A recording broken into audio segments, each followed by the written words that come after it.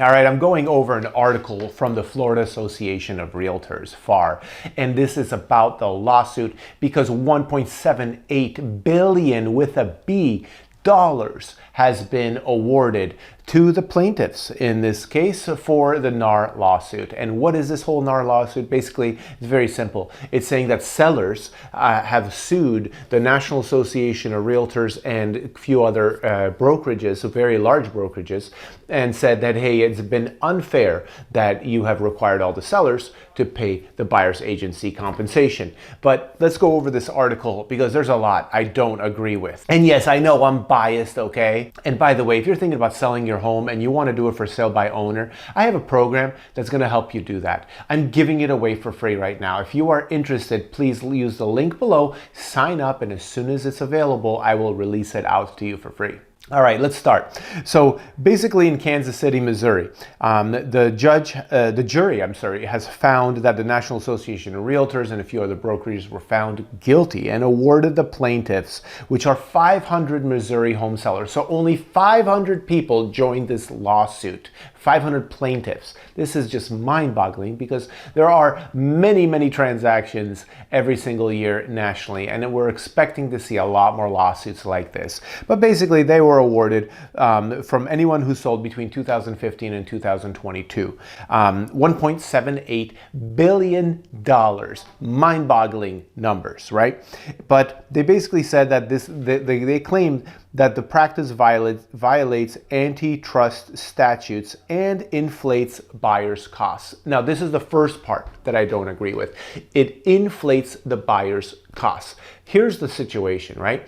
They're saying from 2015 to 2022, it inflates the buyer's costs. But the reality is that this is the market. This is how our market works. Real estate market works like this. The seller signs a listing agreement with a broker, and that broker makes an agreement of what percentage of that compensation is going to be paid to a buyer agent. And this might be the same broker, it might be a different broker.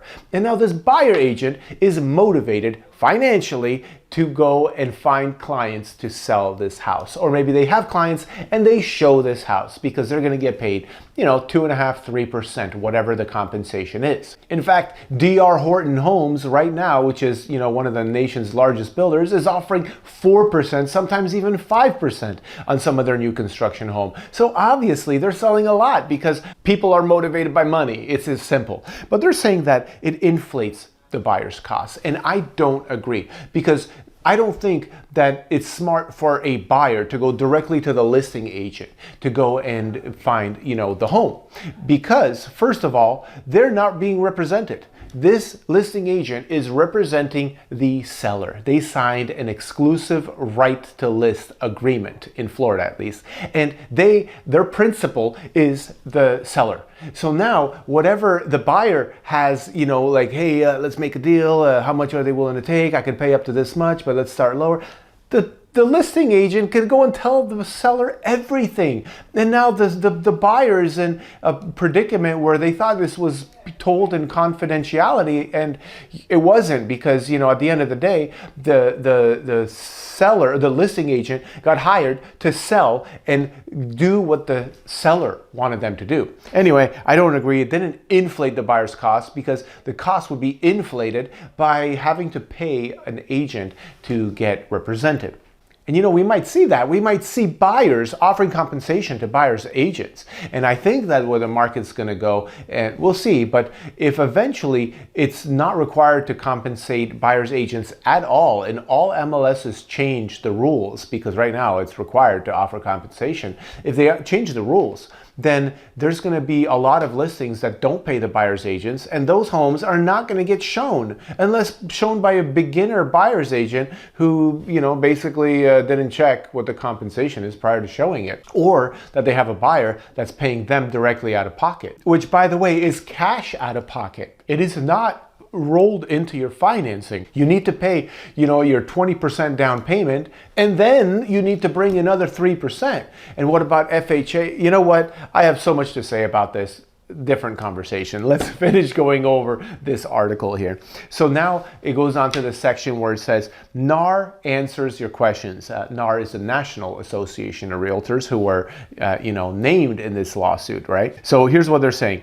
Here's the question. Is there anything realtors, brokers, state, local associations, or MLSs need to do differently because of this verdict? So, has anything changed? And they're saying, not because of this verdict. Well, that's interesting. I'm not sure I fully agree here.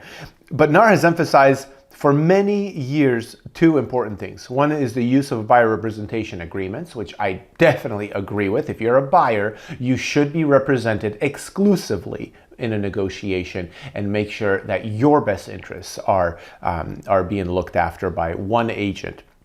And then this, which maximize transparency by putting all agreements in writing to ensure the type of clarity and understanding required by the NAR Code of Ethics. And NAR does have a good, strict code of ethics. These agreements formalize the professional relationships with clients. Basically, it protects the client from being misrepresented, and there's certain rules that buyer's agents need to, go by. And then it also protects the agent. That this buyer, they're putting all this time and energy and maybe money with this buyer, and then the buyer's not going to go and, cheat on them and pick a different agent just randomly. Now, they can always break the agreement, and that's okay, right? And have a conversation about it. But I've personally had this situation. This was very educational, but it was very frustrating too. When I had joined a company about 8 years ago, I was working with a client. I showed him the house. This is probably the 5th house I've shown him. I showed him the house, and then he ghosted me completely. And come to find out, another agent in my office, my new office, I started working with him with the old office, and then I moved offices, and I kept showing him. And now an agent in this new office actually sold him the house that I showed him, and she never showed him that property. I had a case. I didn't do anything about it because I believe what goes around comes around. Anyway, that was very frustrating, and I did not have a buyer agency agreement signed with that client. And if I had, I would have been compensated. Well, most likely. So let's keep going here. Second, it's imperative for members to continue to express that commissions are negotiable. We have to keep expressing that commissions are negotiable. And they are negotiable, guys, and set between the brokers and their clients, whether it's a buyer broker or a listing broker, right? To explain how local MLS broker marketplaces promote equity, transparency, and market-driven pricing for consumers. Well, I'll say this.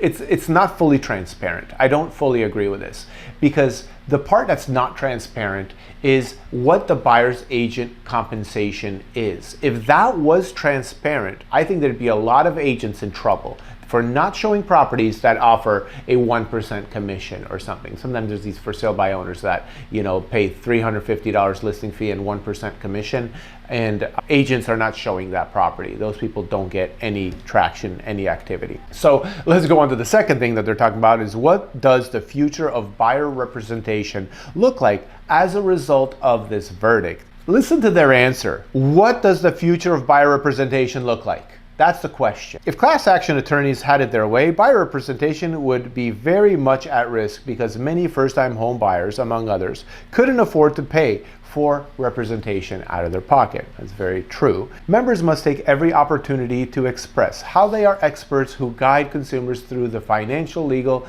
and community complexities of buying or selling a home. What? The question is, what does the future of buyer representation look like? They didn't answer that question. This is from NAR. So I am a member of NAR, by the way, but these are not my words, okay? If someone was to ask me, what does the future of buyer representation look like? I'm going to say, it depends. We don't know.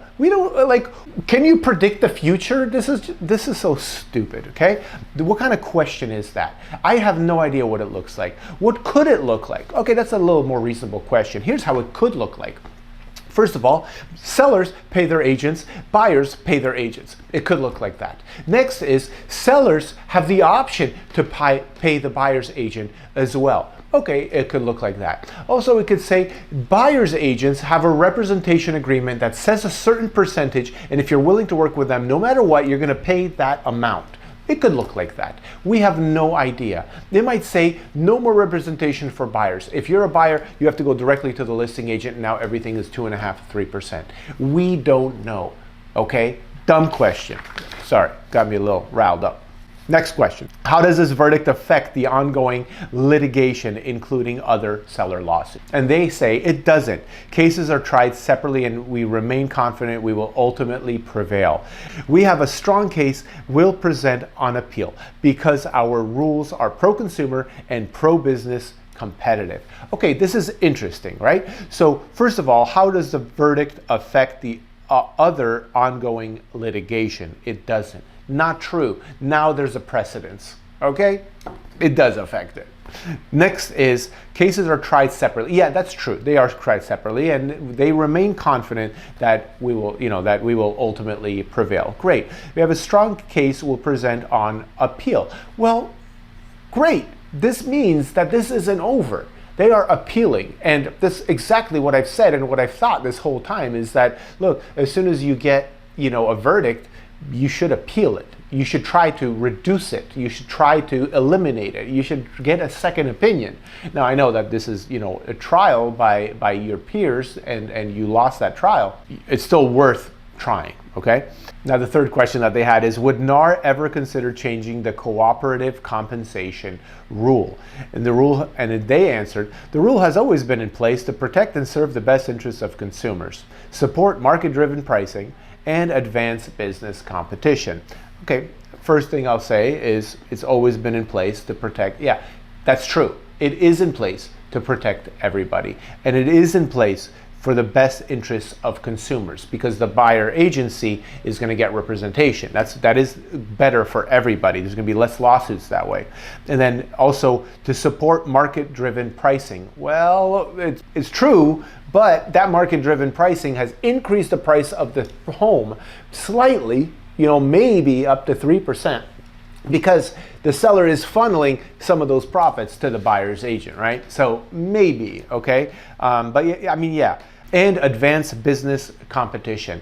Now, frankly, I'm not really sure how, except for one way, how does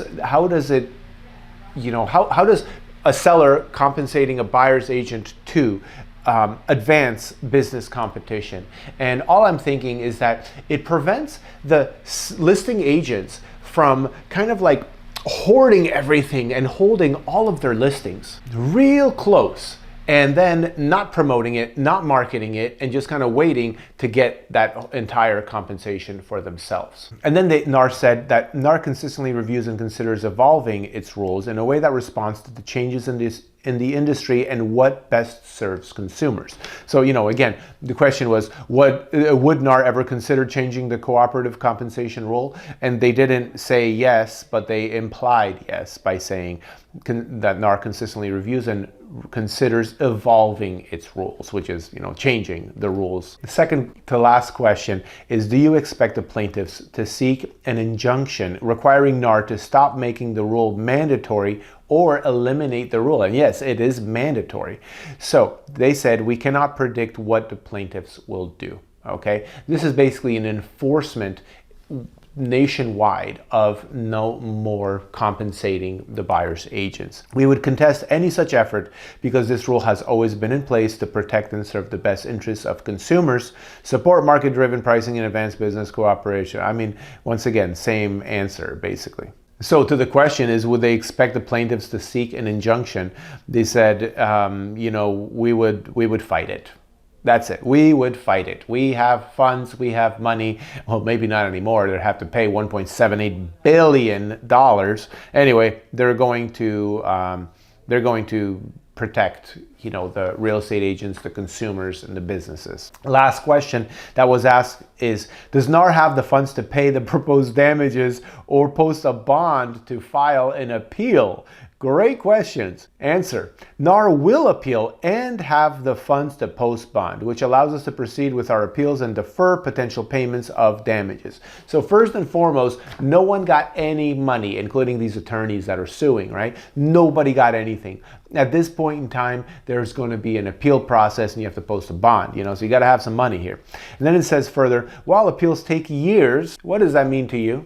years. We are confident we will ultimately prevail. We also are financially prepared for any final judgment. So they have the money and they're going to drag it out in the courts. So let's take a look at this whole article and what does it mean?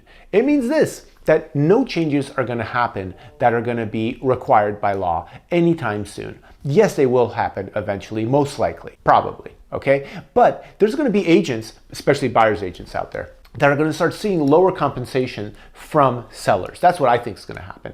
And those buyer's agents are going to be more apt to signing a buyer agency agreement that's going to pay them a certain percentage that they feel they're worth, whether it's 3%, 2.5%, whatever it happens to be. There's probably going to be a little bit more flat fee listings and things like that that offer the compensation to the buyer to motivate them. So at this point in time, we don't know what's going on, but we are keeping a close eye on this whole lawsuit. Thanks so much for watching. Please subscribe and support this channel.